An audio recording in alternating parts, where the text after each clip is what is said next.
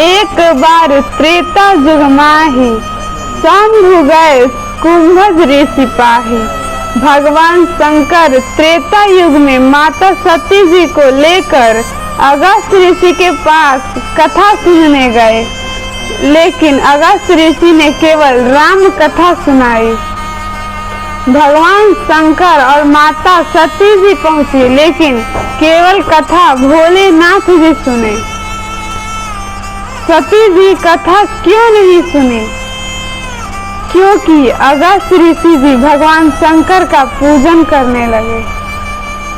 सती मैया सोची कि वक्ता की पूजा श्रोता करता है, इनकी पूजा हमको करनी चाहिए। उल्टा कथावाचक ही श्रोता की पूजा कर रहा है। कथावाचक श्रोता के पांव में बैठ गए। इसका मतलब इनका ज्ञान हम लोगों के लेवल से नीचे है। इतना ज्ञान नहीं है। जो हमारे ही चरणों में बैठ गया वो कथा क्या सुनाएगा? ऐसी धारणा माँ सती ने अपने मन में बनाया और परिणाम कथा भई, लेकिन सिर्फ भोलेनाथ ने सुने। मेरी मैया कथा नहीं सुनी। भोलेनाथ जी ने राम जी की भक्ति दक्षिणा में अगस्त्य ऋषि जी को दिए और वहां से शंकर जी सती मैया को लेकर कैलाश वापस चले। ऊपर से बाबा जा रहे हैं। त्रेता युग का समय है।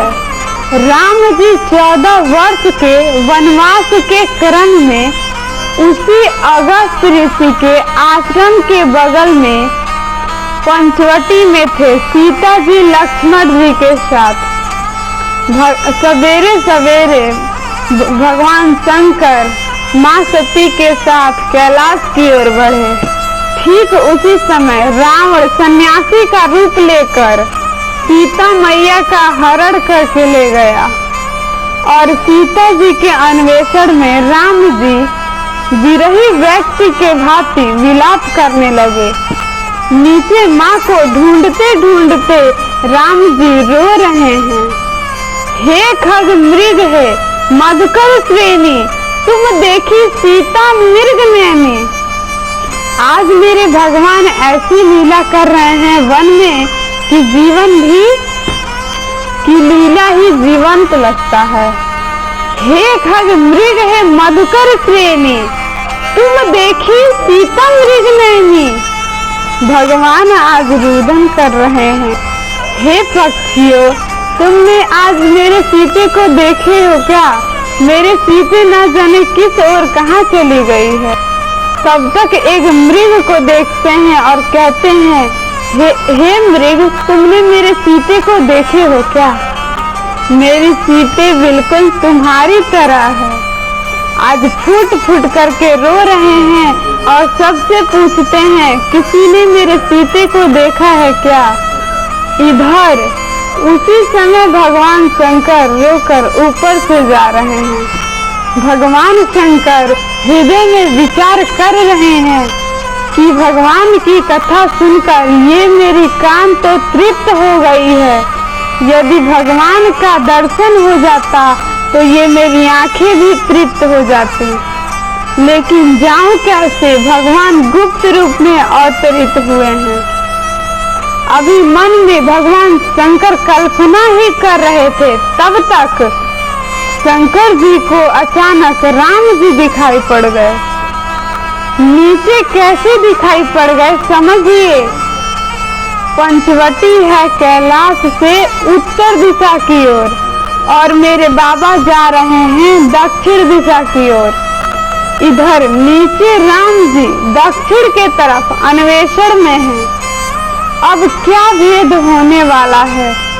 शंकर जी के मन के भाव को राम जी समझ गए कि बाबा दर्शन करना चाहते हैं। मैया को ढूंढते ढूंढते लक्ष्मण जी ने राम जी से कहा, भाई थोड़ा सा उत्तर दिशा की ओर बढ़कर देख लेते हैं। अब राम जी लक्ष्मण जी को लेकर उत्तर दिशा की ओर बढ़ते हैं कि लक्ष्मण सीता कहीं उधर तो नहीं चली गई है, चलो चलकर देख लेते हैं।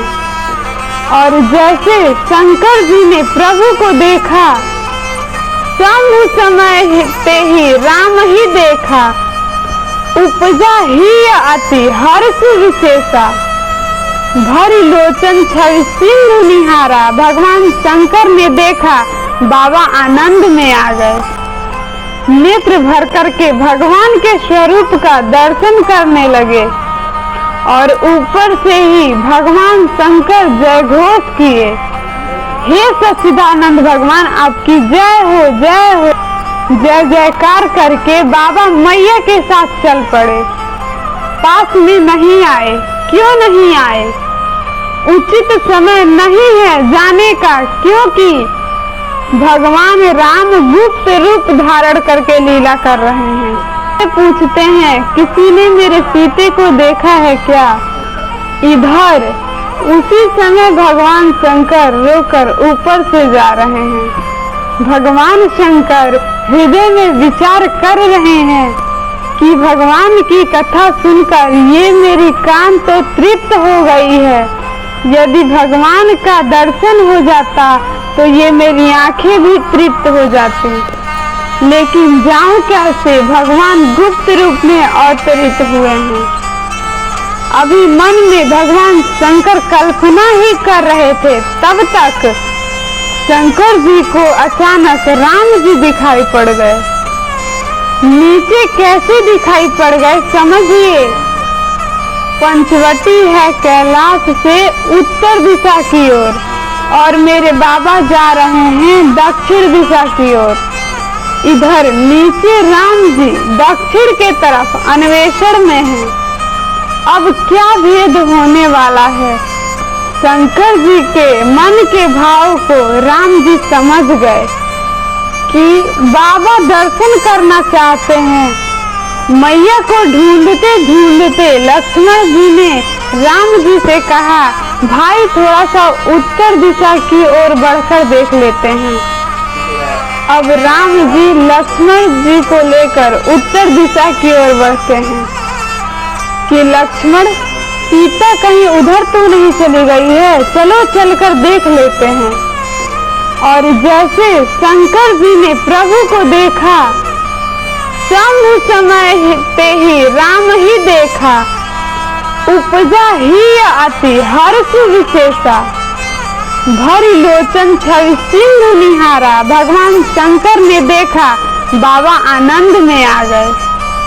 नेत्र भर करके भगवान के स्वरूप का दर्शन करने लगे और ऊपर से ही भगवान शंकर जय घोष किए, हे सच्चिदानंद भगवान आपकी जय हो जय हो।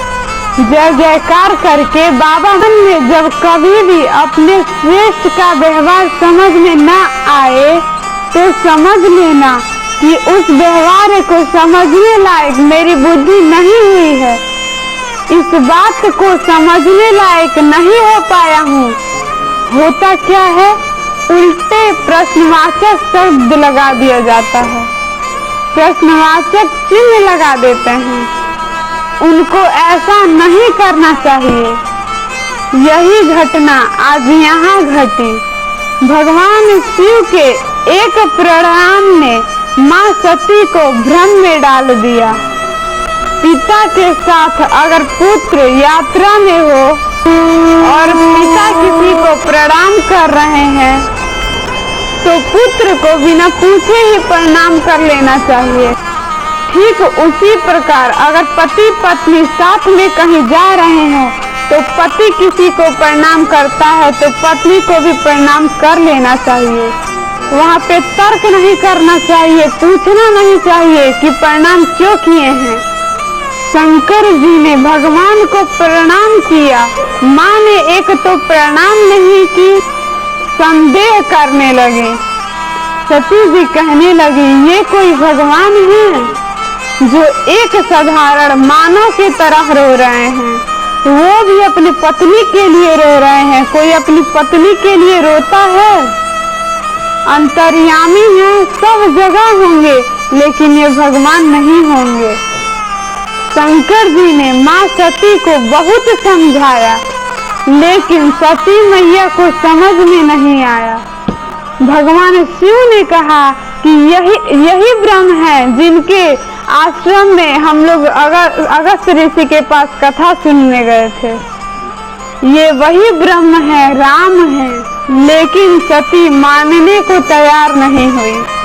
भगवान शंकर कहते हैं कि हे देवी, यदि इतना ही संशय है तो तुम जाओ और परीक्षा लेकर के आओ। जो तुम्हारे मन अति संदेह तो किन जाए परीक्षा ले हो। मैं यहीं वट वृक्ष के नीचे बैठ करके भजन करता हूँ और तुम जाओ परीक्षा लेकर के आओ। सारा भार ब्रह्मा जी पे सौंप दिए और बैठकर भजन करने लगे। सती मैया ने कहा ये उपाय ठीक है। बाबा ने कहा देवी, जिनकी परीक्षा लेने आप जा रही हो वो जीव नहीं, साक्षात जगदीश हैं, ध्यान रखना। परीक्षा में कोई चूक न हो जाए, विवेक पूर्वक उनका परीक्षा लीजिएगा। सती मैया गई और जीवन का एक महत्वपूर्ण सूत्र याद रखिएगा। शंकर जी ने जो आचरण यहाँ पे धारण किया है वही दुविधा के समय श्रेष्ठ आचरण है। भगवान शंकर समझा रहे हैं और मेरी माँ नहीं समझ रही है।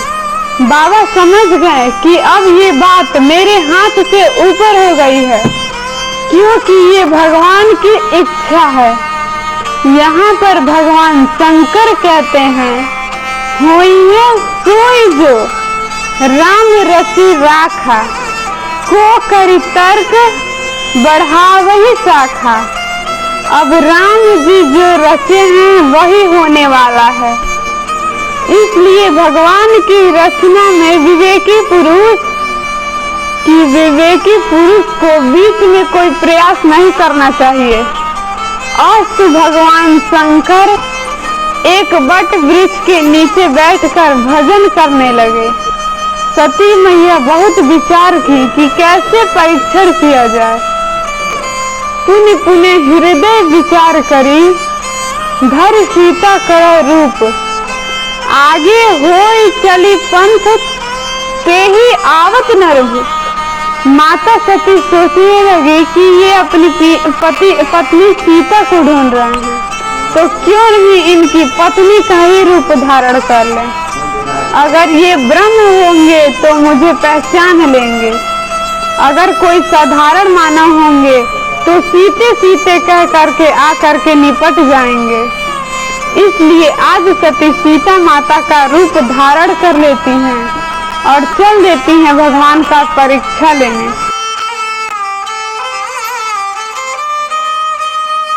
कहते हैं कि हे देवी, यदि इतना ही संशय है तो तुम जाओ और परीक्षा लेकर के आओ। जो तुम्हारे मन अति संदेह तो किन जाए परीक्षा ले हो। मैं यहीं वट वृक्ष के नीचे बैठ करके भजन करता हूँ और तुम जाओ परीक्षा लेकर के आओ। सारा भार ब्रह्मा जी पे सौंप दिए और बैठकर भजन करने लगे। सती मैया ने कहा ये उपाय ठीक है। बाबा ने कहा देवी, जिनकी परीक्षा लेने आप जा रही हो वो जीव नहीं, साक्षात जगदीश हैं, ध्यान रखना। परीक्षा में कोई चूक न हो जाए, विवेक पूर्वक उनका परीक्षा लीजिएगा। सती मैया गई और जीवन का एक महत्वपूर्ण सूत्र याद रखिएगा। शंकर जी ने जो आचरण यहाँ पे धारण किया है वही दुविधा के समय श्रेष्ठ आचरण है। भगवान शंकर समझा रहे हैं और मेरी माँ नहीं समझ रही है। बाबा समझ गए कि अब ये बात मेरे हाथ से ऊपर हो गई है, क्योंकि ये भगवान की इच्छा है। यहाँ पर भगवान शंकर कहते हैं, होइए सोई जो राम रचि राखा, को करी तर्क बढ़ावही शाखा। अब राम जी जो रचे हैं वही होने वाला है। इसलिए भगवान की रचना में विवेकी पुरुष को बीच में कोई प्रयास नहीं करना चाहिए। अस्तु भगवान शंकर एक वट वृक्ष के नीचे बैठकर भजन करने लगे। सती मैया बहुत विचार की कि कैसे परीक्षण किया जाए।